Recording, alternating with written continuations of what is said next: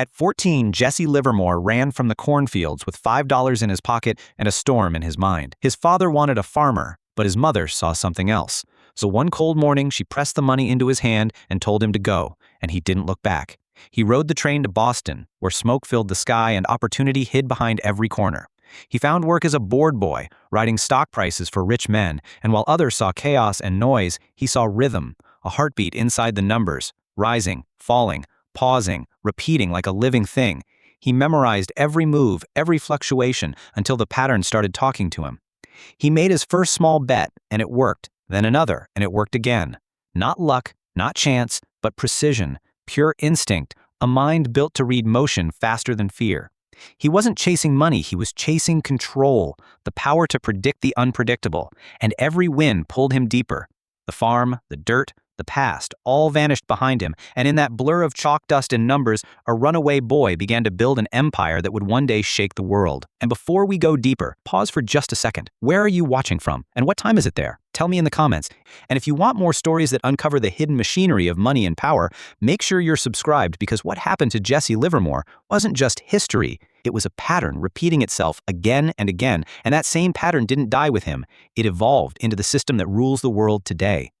Boston became his classroom, the chalkboard his weapon, every number a clue, every movement a whisper from the market. He watched traders panic, celebrate, and collapse all in a single hour, and he started to understand that prices weren't numbers, they were emotions, greed, fear, hope, repeating in perfect rhythm. He filled notebooks with figures, drew invisible lines between rises and falls until he could feel the next swing before it happened. One day he risked his week's pay on Burlington stock. The price moved exactly as he'd foreseen, and in that moment the world changed.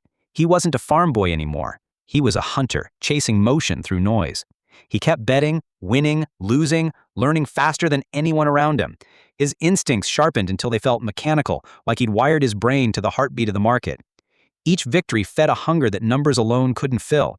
He didn't crave money, he craved proof that he could bend chaos to his will. And with every trade, he came closer to believing he actually could. The world around him was changing faster than the tickers he watched. The age of iron and steam was turning farms into factories and dreamers into millionaires. Smokestacks painted the sky black while the streets of New York glowed with money and noise. America was learning a new religion, the worship of progress. Investors poured cash into railroads, steel, oil, anything that promised growth, and Jesse saw opportunity everywhere. The market wasn't just a place to trade, it was the pulse of an entire nation beating faster every year. The rich grew richer, the poor dreamed of joining them, and every headline screamed prosperity.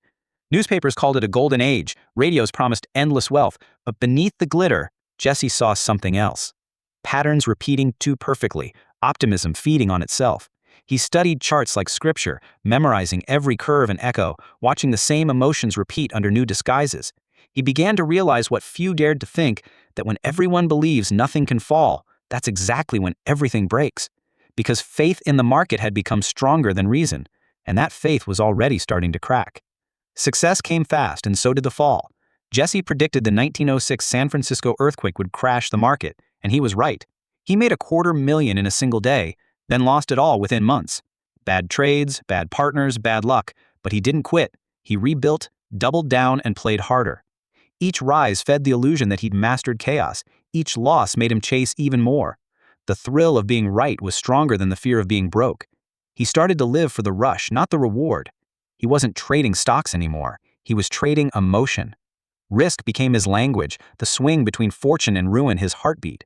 He'd win big, lose bigger, and come back again. Every collapse a lesson, every rebound a rebirth. The pattern was clear.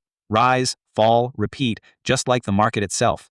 And Jesse Livermore was no longer watching the rhythm, he was becoming it. And with every win, his faith in numbers grew louder than reason. Every loss just a whisper, telling him he was mortal. He learned to trust volatility more than people, and the line between genius and madness began to fade until all he could see was movement. Endless, beautiful, dangerous movement. Fame brought fortune, and fortune brought loneliness. When Jesse met Dossie, a Broadway dancer full of life, he thought he'd found balance. She was light, he was calculation. They married, bought a mansion called Evermore, and for a moment it felt like happiness. But love and markets don't mix. His mind never left the ticker. Even at dinner, his thoughts were trading futures, while she reached for him across a table, already empty. America was roaring into the 20s. Cars, radios, champagne, and jazz. Everyone chasing wealth as if it would last forever. Jesse thrived on the noise while Dossie drowned in it. His empire grew, but their marriage cracked beneath it. He gave her jewels, houses, dresses, everything except presents. The man who could predict markets couldn't predict the slow collapse of his own home. She tried to pull him back to life, but his heart belonged to numbers, not people. And while America celebrated endless prosperity, Jesse's silence grew heavier night after night until even love felt like another trade gone wrong. And every embrace became a reminder that no one can hedge against emptiness. By the mid-1920s, Jesse had turned instinct into an empire. He built a private intelligence network, 60 researchers feeding him data from every corner of the world, crop reports, wars, currency flows. He knew before others guessed. His phone bills hit $15,000 a month, and every call brought a new edge. While America fell in love with easy money, ordinary people borrowing to buy stocks, everyone winning on paper. Cab drivers gave tips, barbers bragged, shoe shiners whispered hot picks. The nation was high on illusion, and Jesse saw it clearly. Charts stretched like rubber bands, greed drowning logic. He began shorting quietly, betting against the dream. His face calm, his eyes cold. While the country danced on credit, he prepared for collapse. He'd seen this rhythm before. The faster the rise, the louder the fall. And this time he planned to catch it all on the way down. He spent nights studying numbers that no one else could read, watching the pulse of an empire speeding toward a cliff. He listened to politicians preach prosperity, bankers celebrate endless growth, while he quietly built his fortress of shorts, brick by brick, waiting for gravity to do its work. When the air finally ran out, Jesse Livermore would be right where he always wanted to be, on the edge, between brilliance and destruction. October 1929, the streets of New York buzzed with confidence. Laughter spilled from cafes and ticker machines sang their endless song. Everyone believed the good times would never end, until they did. Jesse watched the numbers twitch, then crumble. He'd seen the signs.